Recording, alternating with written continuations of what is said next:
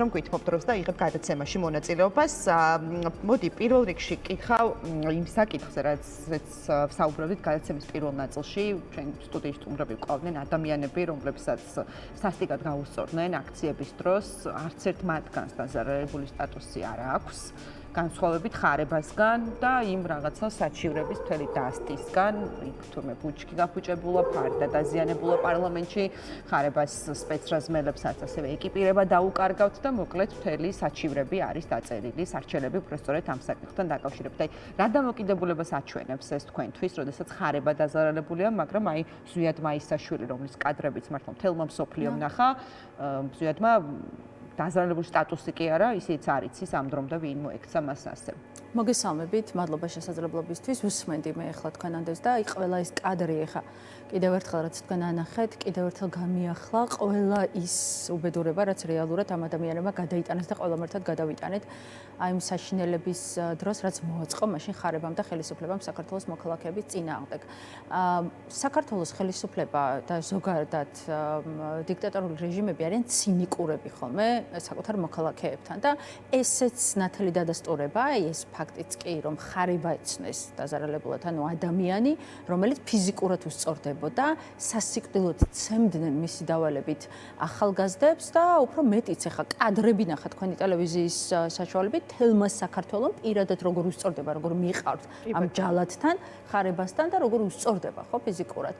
და ნაცვლად იმისა, რომ არც ერთი ეს ადამიანი დაზარალებულად არ ცნეს, არც ერთი ფაქტი უფლებამოსილების გადამეტებაზე არ ყოფილა სრულყოფილად გამოძიებული და ერთი სპეცრაზმელიც კი არ ყოფილა, აი გურამ როგავაზე თავდასხმელი, აი რა თქვა ეს საერთოდ ვინ არის, ანუ რამე ფორმალურად რო დაიწყეს იმის გარდა არანაირი საშუალი არ დააყენეს და გამოაცხადეს, ნუ დაზარალებულად ხარება, ამით რეჟიმი რას გვეუბნება? ნახე, ამით რეჟიმი გვეუბნება იმას, რომ ამით კიდევ უფრო მეტ უფლებამოსილებას აძლევს ხარებას, რომ ესე იჯალათოს, როდესაც ამის დავალებას მას მისცემს ბიძინა ივანიშვილი.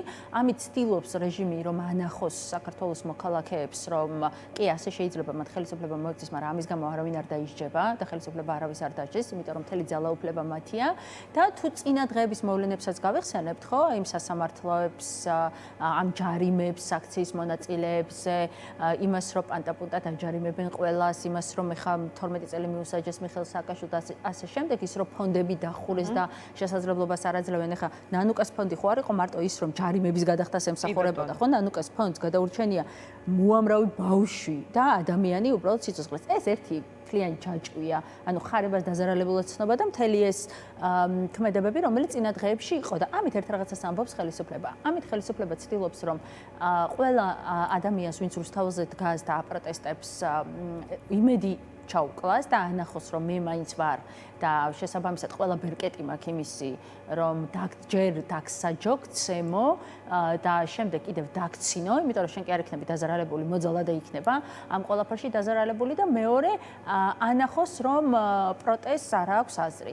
იმიტომ რომ ჩვენ ამ ბრძოლაში ძალიან მნიშვნელოვანია, რომ ძალიან სწორად შევაფასოთ და რაღაც გაზვიადებულად არ შევაფასოთ, სად ვართ, რა გვაქვს პლუსები, ანუ მთელი ამ ხნის განმავლობაში რა არის დადებითი, რაც მოვიპოვეთ ამ ბრძოლაში, მაგრამ რა არის ის სიზნელეები, რასაც კიდევ უფრო მეტი ბრძოლა ჭირდება, ხო და რეალურად ჩვენ კიდე გვაქვს გასავლელი იმისთვის, რომ რეჟიმი კიდევ უფრო მეტად დასუსტეს, მაგრამ რაც აშფოთებს ნამდვილად ხელისუფლებას და რის გამოც აკეთებს ახლა ამ ყველაფერს, არის ის, რომ მან ეს პროტესტი ბოლომდე ჩაახშოს, იმიტომ რომ მისთვის პრობლემა არის საერთაშორისო იზოლაცია და სანამ საქართველოს მოქალაქეები ქუჩაში იქნებიან და გააპროტესტებენ, მანამდე ეს საერთაშორისო იზოლაცია იქნება და ის ვერაფერს ვერ უშვება ამ საერთაშორისო იზოლაციას. ამიტომაც მას გონია, რომ ამის შესაძლებლობა ეხლა აქვს, იმიტომ რომ უყურებს ესე, რომ ჯერ მსოფლიოში და ევროპაში და ამერიკაში განვითარებული მოვლენების გამო საქართველოსთვის ჯერ კიდევ ისე არავის არ სცალია, ამიტომაც ბოლო დღეები დაკავებულია იმით, რომ ეს რაღაცნაირად გადატეხოს. ამიტომაც ჩემი ღრმა რწმენით და იმის გათვალისწინებით, როგორ მოქმედებენ დიქტატორული რეჟიმები, ეს ხარებას დაზარალებულად ცნობაც, ხო, როგორც დაცინვა საქართველოს მოქალაქეების არის კიდევ ერთი ნათელი გამოხატულება ამის. ანა, აი თქვენ საინტერესო რამ თქვით, რომ ძალიან სწორად უნდა შევაფასოთ, მათ შორის ის სადოვართო და როდესაც გამოსავალზე ვსაუბრობთ ივანიშვილის დამარცხებას და ასე შემდეგ, აი ეს მინდა გკითხოთ, სადოვართ და აი ამ რაღაცა გამოსავლის მოპოვების თუ ძიების პროცესია მათ შორის ზურაბიშვილთან ეს კონსულტაციები, რომელიც დღეს იყო, მათ შორის თქვენი პოლიტიკური გუნდის წარმომადგენელი, სხვა ოპოზიციურ პოლიტიკურ პარტიებთან ერთად და აი რაღაცნაირად ძალიან ხშირად ვსაუბრობთ აი 31 მარტი. არ ვიცი შეიძლება რამდენად სწორია ან არასწორია, მაგრამ ვქმნით მოლოდინს, რომ აი 31-ში, ყოველ შემთხვევაში მე ასეთი განცდა მაქვს აი ამ კითხვას რო ვსვამ, რომ აი რაღაცა უნდა გავიგო, რაღაცა სიახლე, ანუ ის რომ ივანიშვილი უნდა დავამარცხოთ გასაგებია, ის რომ ივანიშვილი ცუდია გასაგებია, აი რაღაცა სხვა თითქოს მინდა რომ მოვისმინო, რომელიც ან უფრო მეტად დამაახლოვებს იმ მიზანს, რის გამოც არის ეს უწყვეტი რაღაცა ახალი პროტესტი, აი რაღაცა ხელშესახები სიახლე, რაც უფრო მეტად დამუხტავს, ხო, რაღაცა შემატებს კიდევ მეტად ბრძოლის უნარიანობას, პატიმრებს გაამხნევებს, რომლებიც ციხეში არიან ამ დრომდე, რომ რაღაცა ნათელი გზას ანახებს საქართველოს მოქალაქეებს. მე გეთანხმებით აბსოლუტურად. მე ვიცი როგორია ძალიან ბევრი ადამიანის განწყობაც 31-თან დაკავშირებით. პირველ რიგში ვიტყვი, რომ ძალიან მნიშვნელოვანია, რომ 31 მარტს იყოს ძალიან ბევრი ადამიანი, რომ ეხა გაზაფხულია და ეხა იქ სადაც ამ ყინვებში გავძელით და გაუძლეს ამ მართლა გვირმა ადამიანებმა რუსთაველზე ამ ყველაფერს, ეხა გაზაფხული უფრო მეტ შესაძლებლობას იძლევა, რომ ეს აქციები ბევრად უფრო მასშტაბური იყოს, იმიტომ რომ ამ მასშტაბურობას აქციების ძალიან დიდი მნიშვნელობა, მათ შორის იმისთვის, რომ ხელისუფლება მუდმივად იყოს წნეხში და მათ შორის იმისთვის, რომ ჩვენი საერთაშორისო პარტნიორები ამას ხედავდნენ. ამიტომაც მე იმედი მაქვს, რომ 31 მარტის აქცია იქნება ძალიან დიდი და ეს არ იქნება, ესე ვთქვათ, უკანასკნელი აქცია. ჩვენ ამ რეჟიმში უნდა გადავიდეთ, რომ მარტო რუსთაველის გადაკეტვა არა, ხო, საკმარისი. ჩვენ უნდა გადავიდეთ იმაზე, რომ აქციები იყოს უფრო ფართო მასშტაბიანი და ამ ფართო მასშტაბიანმა აქციებმა დაძაბოს კიდევ უფრო მეტად ხელისუფლება, იმიტომ რომ ამ რუსთაველის გადაკეტვას ეხა ასეთ ის მათთვის პრობლემაა ძალიან დიდი, მაგრამ ნუ ამას ასეთ ისე მაშინ შეეჩვენეთ. კი, მეც მაქვს ეს მოლოდინი, იმიტომ რომ მუდმივად რაც აკლია და ამას თავისი ობიექტური და სუბიექტური მიზეზები აქვს ნამდვილად, მაგრამ 31 მარტს მე მგონია რომ ზურაბიშვილისგან ძალიან ბევრი და მათ შორის მეც ველი რომ რაღაც კონკრეტულ სიტყვის, აი კონკრეტულ გეგმას, კონკრეტულ გზას, კონკრეტულად რაღაცა ახალს არასადღე გრძელოს იმისთვის, როგორ უნდა გაგრძელდეს ეს ბრძოლა ყველას ჩართულობით. ჩემი აზრით ეს არის მნიშვნელოვანი და მე ხა როგორც ოპოზიციური პარტიის წარმომადგენელი და ადამიანი, რომელიც 12 წელია ამ ბრძოლაში ვარ, მე არასოდეს არ შემიხედავს და არც ახლა ვუყურებ რაღაც გაზვიადებულად კონკრეტული პოლიტიკური პარტიის ან კონკრეტული პოლიტიკური სუბიექტების შესაძლებლობებს ამ ბრძოლაში, იმიტომ რომ მესმის ძალიან კარგად, რომ როდესაც დიქტატორულ რეჟიმს ებძვი შიშველი ხელები თან, ეს არის ძალიან მძიმე და აქ ჯადოსნური ჯოხი არავის არ აქვს, რომ წამში მოაშოროს ბიძინა ივანიშვილი აქაურობას. ამიტომაც ახლა ბევრი ისეთი ადამიანიც, ვინც 12 წლის განმავლობაში პოლიტიკაში არ იყო და შორიდან აკვირდებოდა ამ მოვლენებს, ხო? როდესაც თვითონ შემოვიდა პოლიტიკაში, თვითონ მიხვდა მთელ ამ სიმძიმეს, რაც ამ ბრძოლაში არის, მაგრამ ანუ მე არ მაგრამ ვინც დიდი ხანია ამ პროცესში შიგნიდანაც იცნობს და გარედანაც აკვირდება, ისიც ხდება რომ რაღაც ერთ და იგივე წრეზე სიახლესაც არ უნდა დაემსგავსოს, ხო? ამას ვამბობ, ზუსტად რომ ანუ მე რასაც ველი, ანუ როგორც ამ შემთხვევაში პოლიტიკოსი და რიგით საქართველოს მოქალაქე 31 მარტს, ანუ იმ განცხადებისგან რაც უნდა გააკეთოს ზურაბიშვილმა, არის ის რომ რაღაცა კონკრეტული, იმიტომ რომ ამის შესაძლებლობა მთელი ამ ხნის განმავლობაში ჰქონდა, ხო, რომ რაღაც კონკრეტულამდე მისულიყვნენ და რაღაც კონკრეტულად ითქვას, როგორ ვაგრძელებ. აი მაგიტაზე სადაც ყველა ერთად ხედან, აი ზურაბიშვილს რამე უდევს წინ, ან თქვენი მიტანილი თუნდაც, ან თქვენი, არ ვიცი, კოლეგების მიერ მიტანილი, აი რაღაცა კონკრეტული, იმიტომ რომ სალომე ზურაბიშვილიც ვერ ნახავს რაღაცა უცარ სიზმარს ახლა, როგორ უნდა დამარცხდეს ორ დღეში ივანიშვილი, ხომ? ანუ დისკუსიის ამბავი უნდა იყოს ეს. მეც გულწრფელად რო გითხრათ, ჩვენ პირადი აზრია, ხა ჩვენ პარტია ამაზე თვითონ ის არ. მე ცოტა სკეპტიკურად უყურებ ამ რაღაცა ოპოზიციურ, ასე რა ქვია, იმედი მაქვს, რომ იმდენი მაინც ეყოფათ ესე ვთქვათ, შეგნება, რომ კოორდინაციამდე მაინც იქნებიან, ისე რომ კოორდინაციის პრობლემა მაინც არ იქნება, იმიტომ რომ მუდმივად ეს პრობლემა მაინც დგას ამ რაღაცა ოპოზიციურ პარტიებს და ასე შემდეგ შორის. ამიტომაც მე არ ვიცი რა კონკრეტულ ბევრი გვიმჯელია ჩვენ მათ შორის მაგ ფორმატშიც და ჩვენს პარტიას კონკრეტულად ჩვენ რა ვიცი 2012 წლის პირველი დღიდან ვამბობთ ბიძინა ივანიშვილი როგორ შეიძლება მოიშორო და ძალიან ბევრს რო ეგონა რომ ეს უბრალოდ აი ესე იყო და რადიკალებს გვეძახდნენ და ის რა ქვია ადამიანებს გვეძახდნენ რომელსაც ამ ქვეყნის ამოტრიალება უნდა აგერ 12 წლის თავზე მიხვდნენ ამ ყველაფერს მაგრამ პრობლემა რა არის ამ ყველაფერში ანუ რა უნდა საქართველოს რიგით მოქალაქეს დაინახოს ხო ამ კოორდინაციისგან და ამ პოლიტიკური პარტიების და ზურაბიშვილის თანამშრომლობისგან კონკრეტული ხედვა უნდა დაინახოს იმიტომ რომ ჩვენ რაც გვჭირდება ახლა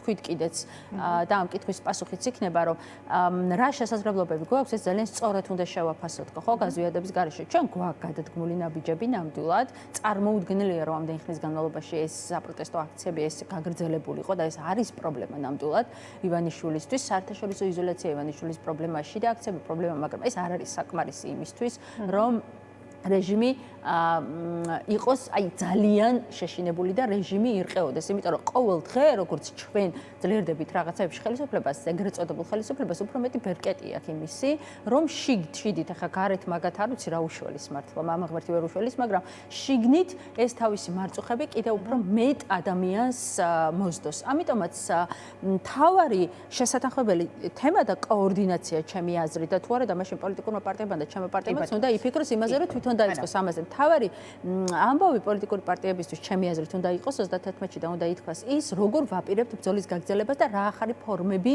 უნდა მოიძებნოს და დავისახოთ ბრძოლის გაგრძელებისთვის.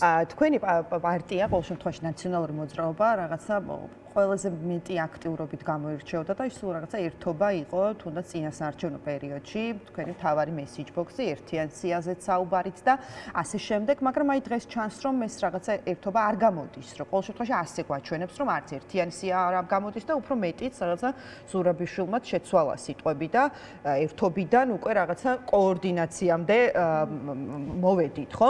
იცით რა მინდა გკითხოთ, რაც იმას ნიშნავს, რომ სავარაუდოდ რაღაცა ყველა პოლიტიკური ძალა ინდივიდუალურ გზას ნახავს. აი თქვენ პარტიასთან დაკავშირებით მინდა გკითხოთ, არ ვიცი რამდენად შეიძლება სწორი იყოს ეს ფორმულირება, ეხლა როგორც დავსვამ კითხვას, აი რაღაცნაირად აი რა დაემართა ნაციონალურ მოძრაობას, თუ მუშაობთ ამაზე, თუ ფიქრობთ, იმიტომ რომ არ იყო გაყალბებული არჩევნების პირობებშიც არ იყო საუკეთესო ის შედეგი, რომელმაც აჩვენა თქვენმა პოლიტიკურმა გუნდმა და აი რა შეიძლება ვნახოთ ამ კუთხით, რა ხდება თუ შეგიძლიათ რომ გითხრათ თქვენ როგორც პარტიის ამაზე მე ძალიან დიდი ხნის შემდეგ როცა ბიძინა ივანიშვილს გავუშვებთ და მრავალი წლის შემდეგ პოლიტიკაში არ ვქებთ მემუარებს დავწერთ ღალატის ისტორიაზე ნაციონალური მოძრაობის ირგვლივ და ასე შემდეგ, მაგრამ რაც ჩანს, გეკუთვნათ გეტყვი, მაგალითად აი ვაშაძესთან დაკავშირებით, აი დღემდე ზუსტად არ ვიცი, ვაშაძე რომ გავს სტუმრად, ის თიანობა ნაციონალურ მოძრაობა წარვადგინო, ცალკე წარვადგინო, რატო? აი რომ რაღაცა არის, რაღაცა ვაყურებელს ვერ ვეუბნები, ზუსტად რომ არ ვფლობ ინფორმაციას. ვაშაძე არის კოალიციის ნაციონალური მოძრაობა ამ არჩევნებზე იყო კოალიციურად, ხო? და ამ კოალიციის შემადგენელი ნაწილი იყო სტრატეგია აღმაშენებელიც, რომელიც შემოგვიერთდა. ეს არ დაშლილა. იგორ ვაშაძე არის და ასევე ევროპული საქართველო, რომელიც არის, ამიტომ ამ ხრივ არაფერი არ მოსვლია.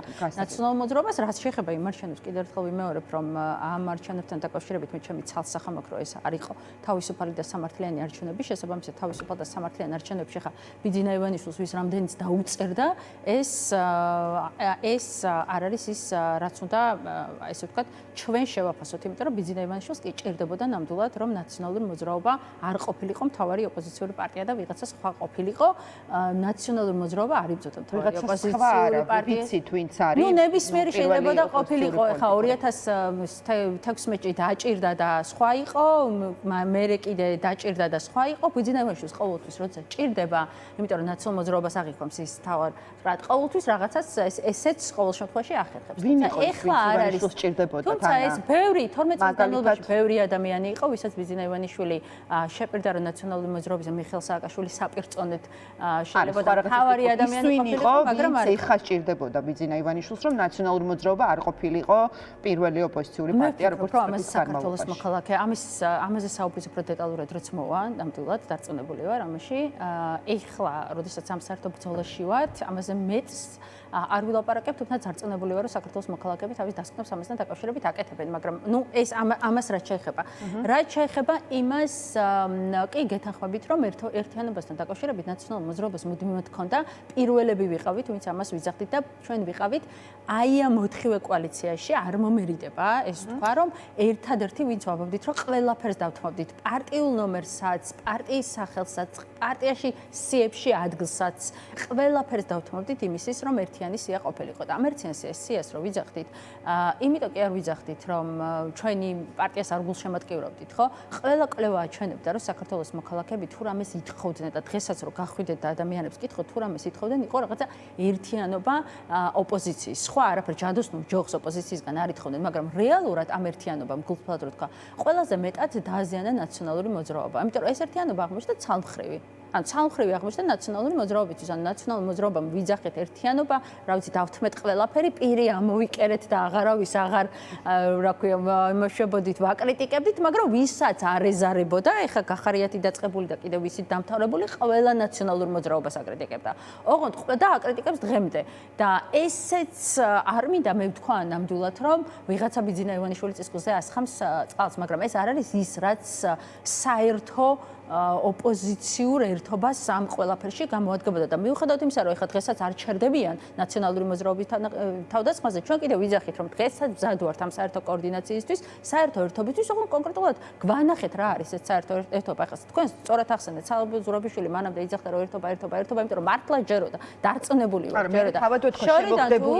შემოგდებული თემაო, არა და ყველას კარგად მახსოვს, რა ძალისხმევა გაიღო, რომ მაგალითად ლელო და გახარიას ერთობა შემდგარი ხო თუნდაც და შემდეგ თავად ვეთქვა რომ შემოგდებული თემა გარე ხრიდანო ესეც საინტერესოა ხო არ ვიცი ეგ ალბათ თვითონ უნდა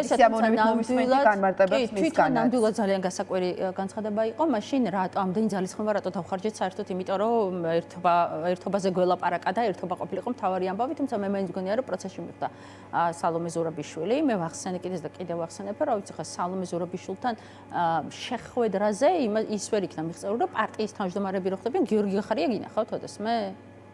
არ რაღაცა ესეთი პოზა უჭირავს, რომ აუცილებლად თავის წარმომადგენელი უნდა ყო პარტიის თავმჯდომარების დონეზე რო არის შეხვედრა, მათ უნდა ესწრებოდეს პარტიის თავმჯდომართან რო ყოფილა შეხვედრები, როცა ჩვენგანაც წარმომადგენელია და პარტიის თავმჯდომარე არ არის, ხო? პრობლემას წარმოადგენს თქვენთვის მაგალითად დიმიტრი ცკიტიშვილი რო დადის თუნდაც იცით რა, ეს არის, ნახეთ, ეს ხო არ არის ერთადერთი შემთხვევა, ხო? ამით რაღაც დისტანცირება მთელი ამ ოპოზიციური სპექტრიდან ეს არის ის, რაც ახასიათებს გახარიას. ეხლა მე არ მოსულარ გახარიაზე აქ ნამდვილად სალაპარაკოთ, იმიტომ რომ ყველა ოპოზიციურ პარტია შეიძლება ხარ, როცა რაღაცა არ გამოდის, იქ ყველას პასუხისმგებლობა არის მეტნაკლებად.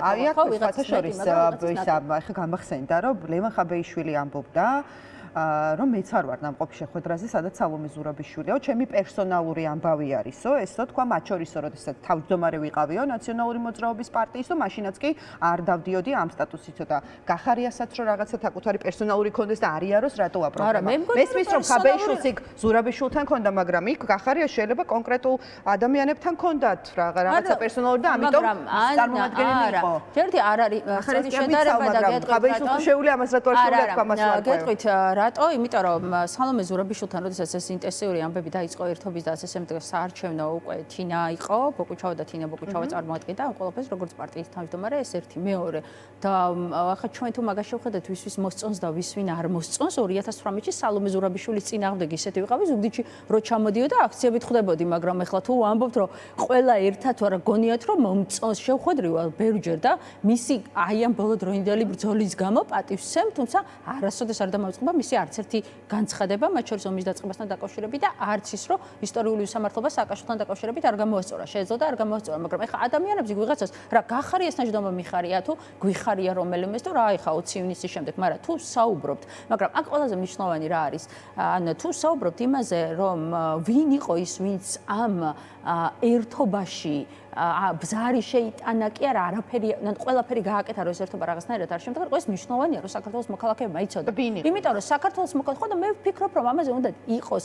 ხმამაღლა საუბარი. ამაზე უნდა იყოს. მე ვიცი რომ ერთ-ერთი იყო გახარია ამ ყველაფერში, რომელიც ნუ მარტო რიტორიკა რო ნახოთ ეხა მისი ნაციონალური მოძრაობის არ გაჩერდა არასოდეს, ხო? ამიტომაც ერთობა რაღაცა ამბობს რომ ქულებ, ანუ რაღაცნაირად როგორ ვთქვათ, ის ოცნების ამომრჩეველზე მუშაობს და ის ადამიანს იმით მოიზიდავს, რომ ნაციონალურ მოძრაობის მიმართ იყოს ისეთი, როგორიც არის. ეს მისეული ახსნა, ლაპარაკია ამას. და გაამართლა ამ სტრატეგიამ.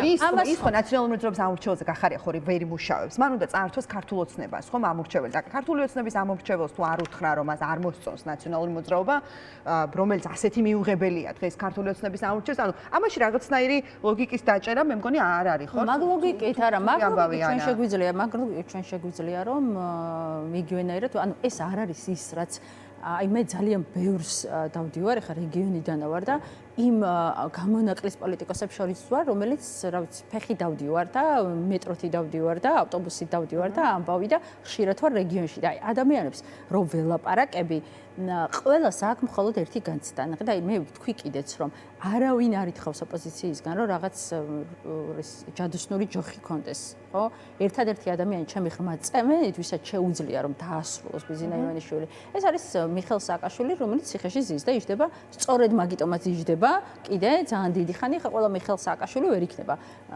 მაშინ ოპოზიციაში. შესაბამისად, ამას არავინ არ ითხოვს, ხო, რომ რაღაცა ის იყვნენ ზვიად გამსახურდია და მერაბ კოსტავა ხვდებიან, ეხლა რა ოპოზიციის პატრონებიც არიან. უბრალოდ ერთადერთი რასაც ითხოვენ არის ის, რომ რაღაც საერთო კოორდინაცია და საერთო ერთობა რაღაცნაირად ანახოს. ამიტომ ჩემთვის მნიშვნელოვანია, რომ 31 მარტს, როდესაც ძალიან ბევრი ადამიანი უნდა იყოს, იმიტომ რომ მე დარწმუნებული ვარ, რომ როგორც არ უნდა იყოს ქართული ეთნოსმცველობა, რა პრობლემით არ უნდა კონდეს ახლა ოპოზიციაში და ასე შემდეგ. ჩვენ გვაქვს ძალიან დიდი შესაძლებლობა იმისი, რომ რეჟიმი მართლა მოვაშოროთ ამ ხელისუფლებას და ამ ქვეყანამ დაიწყოს ნორმალური განვითარება და ეს შესაძლებელია მხოლოდ ბრძოლით. და ამ ბრძოლაში რაც უფრო მეტი მოკავშირე ვიქნებით ერთად, მით უფრო მალე შევძლებთ ამ მიზნის მიღწევას. ძალიან დიდი მადლობა. მადლობა ანა წითლიძე იყო ჩვენი სტუდიის სტუმარი. დღის ამბები კი დღეს არის ამით